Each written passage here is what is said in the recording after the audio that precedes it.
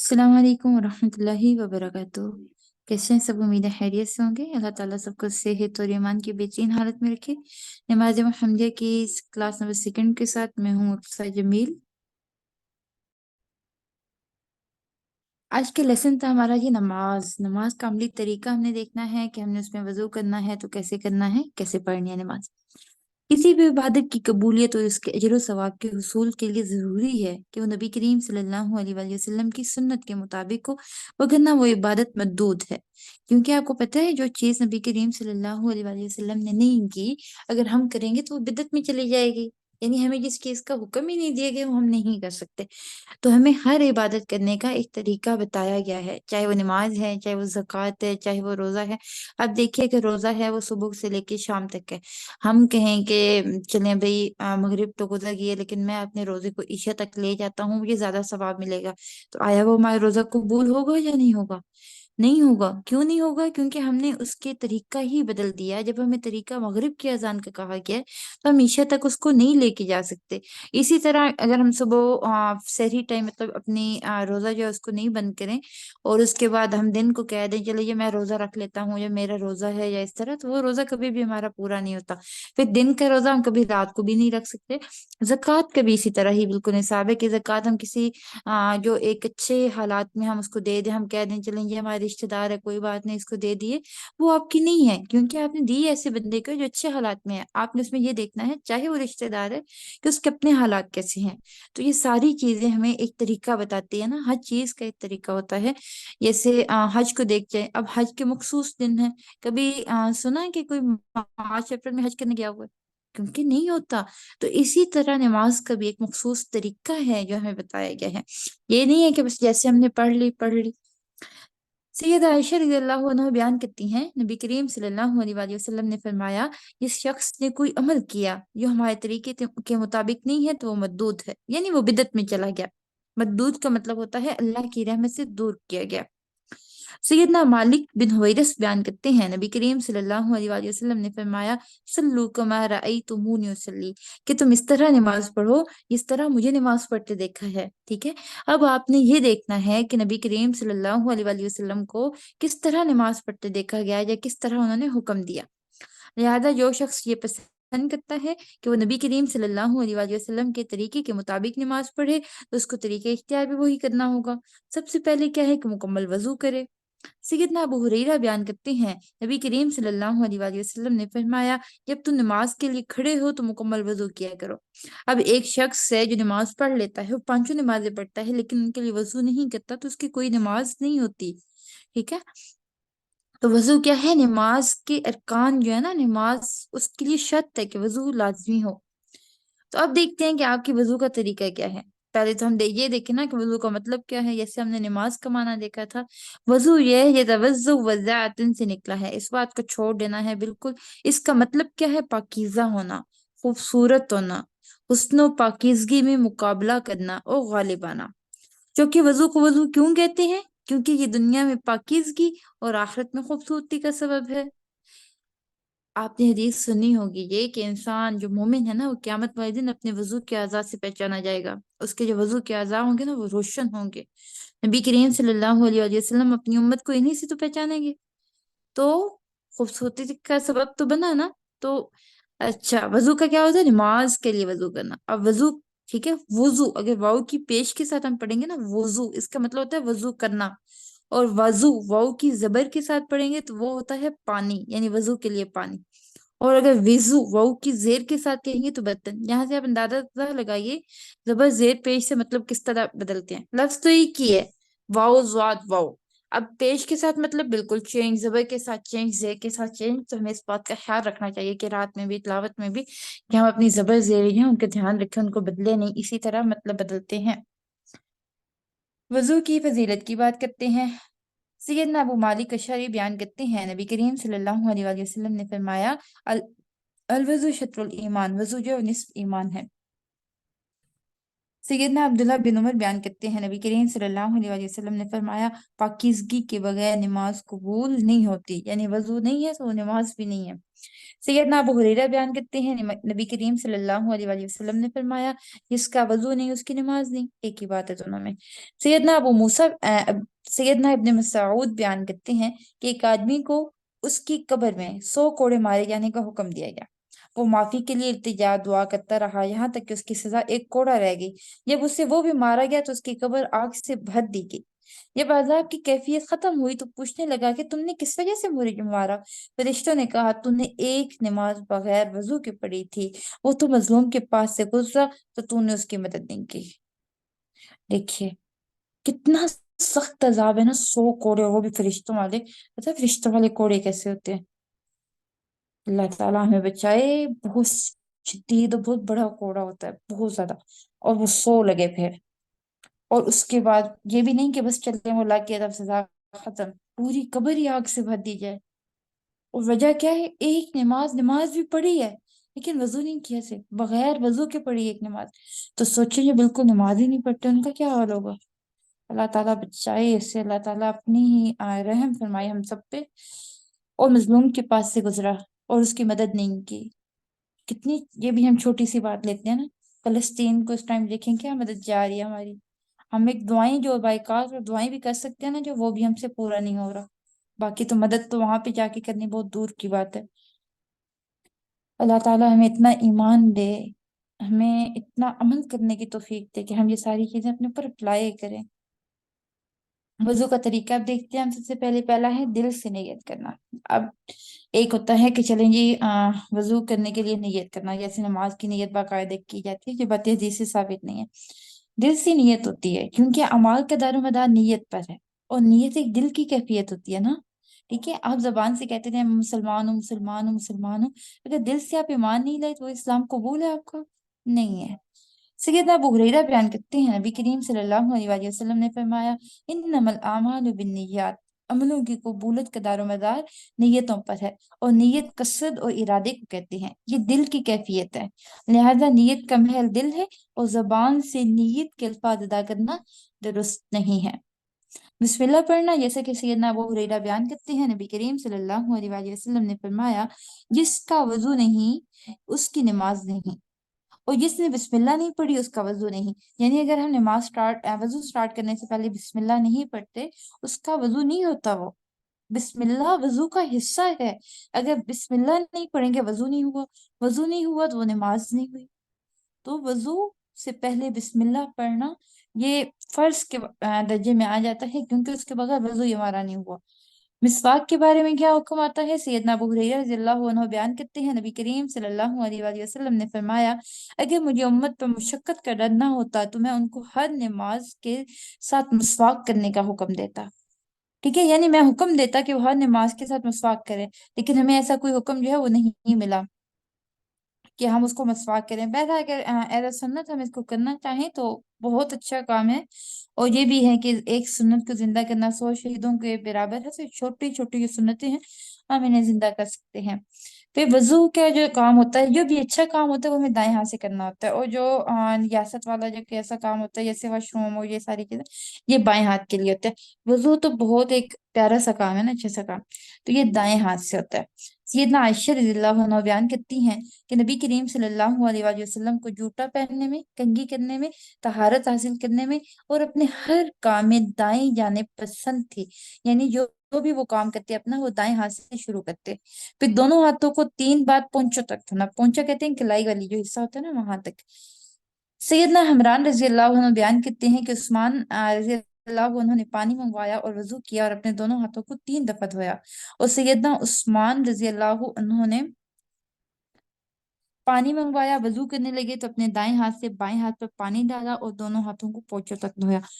यानी अपने दोनों हाथों को हमने कलाई तक 3 दफा पहले धोना है। सबसे पहले हमने क्या करना है? नियत तो हमारी सारी बात है, दिल में हुई, नियत हुई तो हम उठे ना पानी के पास गए जाके। अच्छा, पानी के हमने फिर वजू के लिए सबसे पहले बिस्मिल्लाह पढ़नी है। बिस्मिल्लाह के बाद अपने हमने 3 दफा अपने हाथ धोने हैं, और प्रॉपर पहले दाएं हाथ फिर बाएं हाथ। फिर हाथों की उंगलियों को हमने हलाल भी करना है, यानी कोई हिस्सा हाथों का खाली नहीं रहे। सैयदना इब्न अब्बास रज़ियल्लाहु अन्हु बयान करते हैं, नबी करीम सल्लल्लाहु अलैहि वसल्लम ने फरमाया, जब तो वजू करे तो हाथों और पाँव की उंगलियों को हलाल किया करो। अब एक ही चुल्लू से कुल्ली करना और नाक में पानी चढ़ाना। सैयदना अब्दुल्ला बिन ज़ैद से मरवी है कि उन्हें कहा गया कि नबी करीम सल्लल्लाहु अलैहि वसल्लम का वजू करके दिखाएं। चनाचा उन्होंने पानी मंगवाया, फिर उसको दोनों हाथों पर उंडेला, उन्हें 3 मरतबा धोया और दोनों पानी में और फिर हाथ की उसको पानी में दाखिल किया, चुल्लू भर के निकाला, एक ही चुल्लू से कुली भी की और नाक में पानी चढ़ाया 3 दफा। यानी एक दफा आपने चुल्लू भर के लेना है पानी का, वहीं से आपने कुली कर लेनी है, कुली के लिए आधा पानी मुंह में डाल लेना है, थोड़ा सा बच्चा है उसको नाक में कर लेना है, 3 दफा ऐसे करना है। तो हम क्या कर सकते हैं कि दोनों तरीके जायज हैं कि हम पहले 3 दफा कुली कर लें और फिर उसके बाद 3 दफा नाक में पानी चढ़ाएं, और ये भी जायज है कि हम एक ही दफा कुली करते हुए एक ही दफा साथ ही नाक में पानी जो है उसको चढ़ाते जाएं। फिर बाएं हाथ से हमें नाक भी साफ साफ करना है अपना। अब नाक देखिए निजात एक होती है नाक में, तो उसको बाएं हाथ का इस्तेमाल किया गया कि हमने उससे साफ करना है। उस्मान रजी अल्लाह उन्होंने पानी मंगवाया, वजू किया, हाथों को 3 दफा धोया, कुली की और नाक चढ़ी, ठीक है। फिर सैयदना अली रजी अल्लाह उन्होंने पानी मंगवाया, कुली की और नाक में पानी चढ़ाया और बाएं हाथ से नाक पे उसको झाड़ा। अच्छा जी, एक ही हदीस है सारी, उस हदीस के पॉइंट टू पॉइंट जो हिस्सा आ रहा है ना छोटा छोटा, उसको अलग अलग करके लिखा जा रहा है। बेसिकली ये एक ही हदीस है, सही बुखारी की है। अच्छा, मुंह को 3 दफा फिर धोया। अब सैयदना इमरान बयान करते हैं कि फिर उस्मान रजी अल्लाह उन्होंने अपने चेहरे को 3 दफा धोया। ठीक है, देखिए सारी हजरत उस्मान की बात हो रही है ना, इसलिए। सुम्मा गसल वजह सलास मर्रात। अब क्या किया, पहले हाथ धोए, हाथ 3 दफा धोए, उसके बाद कुल्ली और नाक में पानी, नाक को साफ किया, उसके बाद अपने चेहरे को 3 दफा धोया। अब अगला पॉइंट आता है खलाल करना दाढ़ी का। ये औरतों की तो होती नहीं है, बहरा इसको हदीस में पढ़ेंगे लेकिन हमारे वजू का हिस्सा नहीं है। सैयदना अनस रज़ियल्लाहु अन्हु बयान करते हैं कि नबी करीम सल्लल्लाहु अलैहि वसल्लम जब वजू करते तो एक चुल्लू पानी लेकर ठोड़ी के नीचे दाखिल करते और उससे हलाल करते और फरमाते कि मेरे रब अज़्ज़ व जल ने ऐसे ही हुक्म दिया है। अच्छा, हाथों को 3 दफा कोनियों तक धोना। अब मुंह हमने धो लिया। सैयदना इमरान बयान करते हैं कि फिर उस्मान रज़ियल्लाहु अन्हु ने दाएं हाथ कोहनी तक 3 मरतबा धोया और फिर बायां हाथ इसी तरह कोहनी तक धोया। तो इसमें बेहतर जो तरीका होता है वो ये होता है कि हम एक कोहनी को धोएं, बाजू को कोहनी तक धोएं, 3 दफा धो लें, उसके बाद दूसरे बाजू को धोएं, ठीक है। अक्सर देखने में ऐसा भी आता है कि पहले एक बाजू को एक दफा धोया, फिर दूसरे को एक दफा धो लिया, फिर पहले वाले को दूसरी दफा धोया। तो ये तरीका हमें हदीस में नहीं मिलता, एक को 3 दफा धोना है, फिर दूसरे को 3 दफा को धोना है। उसके बाद आ जाता है ये मस्से की बात। पूरे सर का मस्सा है, कानों का मस्सा है और कनपट्टी जो है उसका मस्सा है। सैयदना अब्दुल्ला बिन ज़ैद बयान करते हैं कि फिर नबी करीम सल्लल्लाहु अलैहि वसल्लम ने दोनों हाथों को आगे से पीछे ले जाकर अपने सर का मसा किया। सर की इब्तिदा से शुरू की, हत्ता कि दोनों हाथों को गुड्डी तक लेके और फिर उनको उसी जगह वापस लौटाया यहाँ से शुरू किया था, ठीक है। ऐसे ही करना है कि हाथ हमने ऊपर जो है ना बाल हमारे यहाँ से स्टार्ट होते हैं आगे से, बिल्कुल सेंटर पे रखने हैं, एक दोनों साइडों से एक एक हाथ आ जाएगा। उसको हमने हाथ गीले हमारे बालों पे हमने फेरना, पीछे बिल्कुल लास्ट छुटिया यहाँ पे हमारी होती है ना, वहां तक लेके जाना है और हाथ को ऊपर नहीं उठाना, उस हाथ को हमने आगे ले जाना है, ठीक है। बाल हल्के फुल्के खराब होते हैं इससे। तो इस तरह हमारा उन्हीं हाथों को हमने आगे ले आना है, वहां तक लेके आना है, यहाँ से हमने शुरू किया था। आगे आता है रबी बिनत मुअव्विज, ये बयान फरमाती हैं, ये सहाबिया थी कि बेशक नबी करीम सल्लल्लाहु अलैहि वसल्लम ने इनके पास वजू किया तो पूरे सर और कनपट्टियों का, कनपट्टी कहते हैं कान के पीछे वो जो होता है ना, जो गोदी वाला हिस्सा, सर के पीछे वाला हिस्सा, यहाँ पे सारे बाल एक वो दायरा सा होता है बालों पे, यहाँ से सारे बाल एक साइड पे निकल रहे होते हैं, तो उस जगह को कहते हैं वो। सैयदना इब्ने अब्बास रज़ियल्लाहु अन्हु बयान करते हैं कि फिर नबी करीम सल्लल्लाहु अलैहि वसल्लम ने सर का मसा किया, दोनों कानों के अंदरूनी हिस्से का शहादत की उंगलियों से और बैरूनी हिस्से का अंगूठे के साथ मसा किया। यानी अंगूठा जो है शहादत की जो उंगली थी उसको कान के अंदर लगाया दोनों, और फिर अंगूठा जो था उसको कान के बाहर वाला जो हिस्सा होता है उस पे फेर दिया, तो इस तरह मसा हो गया। गर्दन का जो मस्सा है वो सही हदीस से में साबित नहीं है कि हम गर्दन का मस्सा करें, किसी भी सही हदीस में गर्दन का मस्सा और फिर वजू के बाद बाजू पे हम हल्का या सा जो मस्सा कर लेते हैं, ये दोनों चीजें सही हदीस में साबित नहीं है। फिर पाँव जो है उनको तखनों तक 3 दफा धोना है, ये भी सैयदना हमरान बयान करते हैं कि फिर उस्मान रजी अल्लाह उन्होंने दोनों पाँव तखनों तक 3 दफा धोए। फिर पाँव की उंगलियों का खलाल करना है, जैसे हमने हाथ की उंगलियों का किया इसी तरह, اور خلال کا مطلب یہ ہوتا ہے کہ انگلیوں کے درمیان جو جگہ ہوتی ہے نا، اگر ہم ویسے ہی بس اوپر اوپر سے دھو لیتے ہیں تو وہاں پہ پانی نہیں جاتا، ٹھیک ہے، اور پانی اگر جسم کے کسی حصے پہ وضو والے حصوں پہ نہیں جاتا تو وہ وضو نہیں ہوتا۔ تو خلال کا مطلب یہ ہوتا ہے کہ ہم نے ہاتھ کو گیلا کر کے اپنا صحیح اور انگلیوں کے درمیان میں مارنا ہے، تاکہ وہ لگانا ہے وہاں پہ تاکہ صاف ہو جائے، پانی پہنچے وہاں پہ۔ سیدنا مصوت بیان کرتے ہیں کہ میں نے نبی کریم صلی اللہ علیہ وآلہ وسلم کو دیکھا، جب آپ وضو کرتے تو اپنے پاؤں کی انگلیوں کو اپنی شنگلی کے ساتھ ملتے، یہ چھوٹی جو ایک انگلی ہوتی ہے نا ہاتھ کی، اس کو کہتے ہیں۔ اچھا، اگر موزے یا جرابیں پہنی ہو تو ان پر مسح کیا جا سکتا ہے، ٹھیک ہے، یعنی اگر موزے ہیں یا جرابیں پہنی ہوئی ہیں تو ان پہ مسح کرنا ہے، بجائے اس کے کہ ہم اس کو اتارتے رہیں ہر نماز کے ساتھ۔ سیدنا مغیرہ بن شعبہ روایت کرتے ہیں کہ انہوں نے نبی کریم صلی اللہ علیہ وآلہ وسلم کو وضو کروایا، تو نبی کریم صلی اللہ علیہ وآلہ وسلم نے وضو کیا اور اپنے موضوع جو تھے ان پر مسح کیا۔ میں آپ کے موضوع اتارنے کے لیے یکا کو آپ نے فرمایا کہ میں نے موضوع کو پاکی کی حالت میں پہنا تھا، اس لیے اتارنے کی ضرورت نہیں ہے۔ یعنی ہم نے جب بھی ساکس وغیرہ ہم اگر پہنتے ہیں، جیسے سردیاں ہیں ہم نے پہنی ہیں، وضو کی حالت میں پہنتے ہیں، وضو کرنے کے فوراً بعد آپ ان کو پہن لیں تو آپ حالت قیام، یعنی کسی ایک جگہ پہ آپ رکے ہوئے ہیں تو آپ ایک دن یعنی 5 نمازیں وضو کے ساتھ پڑھ سکتے ہیں اپنے ساکس پہ مسح کرتے ہوئے، اور اگر آپ سفر میں آ گئی تو پھر آپ 3 دن مسح کر سکتے ہیں۔ سیدنا، لیکن یہ نہیں کرنا آپ نے کہ آپ یعنی اپنے ساکس پہنی ہوئی ہیں اور آپ وضو سے پہلے اپنے ساکس پہ وضو کیا، اس کے بعد اپنے ساکس پہن لی، آپ نے 2 نمازیں پڑھی اور 2 نمازوں کے درمیان مطلب پڑھ لی، جیسے میں آپ کو بتاتی ہوں، مغرب ٹائم آپ نے وضو کر کے ساکس پہنی، اب آپ نے اس سے عشاء مغرب تو پڑھ لی نا، خیر عشاء بھی پڑھ لی، فجر بھی پڑھ لی، فجر کے بعد دن میں اپنے ساکس اتار دی، دن میں دھوپ ہوئی یا اس طرح، اور ظہر کے ٹائم پہ آپ نے دوبارہ ساکس پہن کے پڑھ لی تو وہ وضو ٹوٹ گیا، جیسے ہی اپنے ساکس اتاری آپ کا وضو ختم ہو گیا، پاؤں کا مسح ختم ہو گیا، اس کے بعد دوبارہ اگر آپ پہنیں گے تو آپ پاؤں کا وضو کر کے پہنیں گے۔ سیدنا مغیرہ بن شعبہ بیان کرتے ہیں نبی کریم صلی اللہ علیہ وآلہ وسلم نے وضو کیا اور جرابوں پر مسح کیا، پھر مسافر جو ہے اس کے لیے مسح کی مدت 3 دن اور 3 راتیں ہیں، جیسے سیدنا علی بیان کرتے ہیں کہ نبی کریم صلی اللہ علیہ وآلہ وسلم نے مسافر کے لیے مسح کی مدت 3 دن اور 3 راتیں اور مقیم کے لیے 1 دن اور 1 رات بتائی ہے۔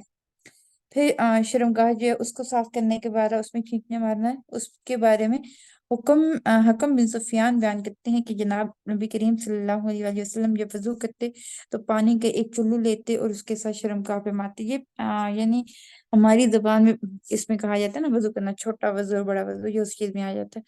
تو پہلے ہم نے مطلب واش روم سے ہونا ہے، اس کے بعد ہم نے وضو کرنا ہے۔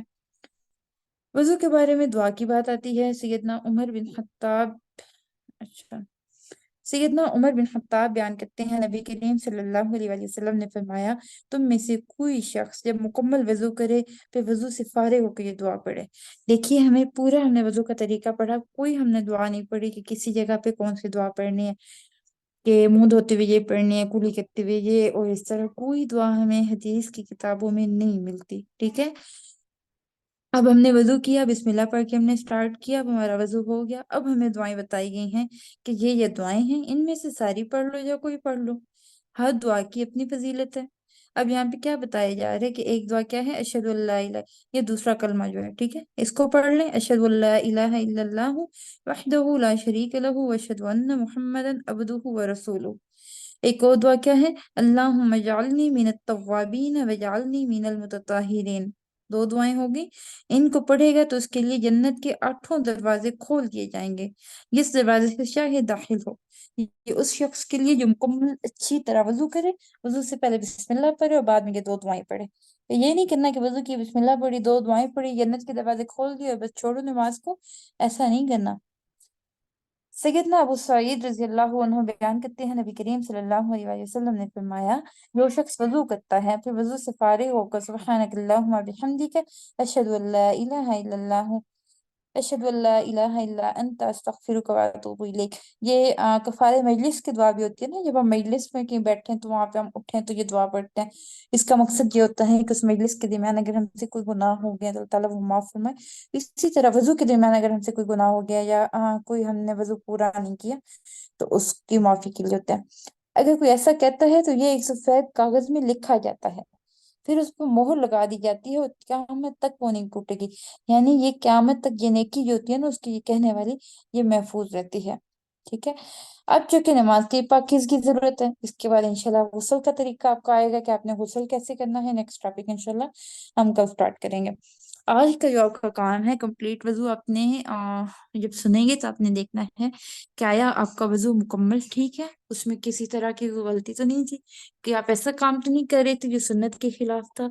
ٹھیک ہے، اس ساری چیز کو آپ نے دیکھنا ہے، اور اس کے بعد یہ 3 دعائیں جو ہیں یہ آپ نے یاد کرنی ہے۔ کل آپ کا جو لیسن ہے نا ساتھ میں دعاؤں والا، جو یہ 3 دعائیں ہیں ان کو آپ نے اچھا سے یاد کرنا ہے، اور یہ آپ نے اپنے گروپ میں سنانی ہے۔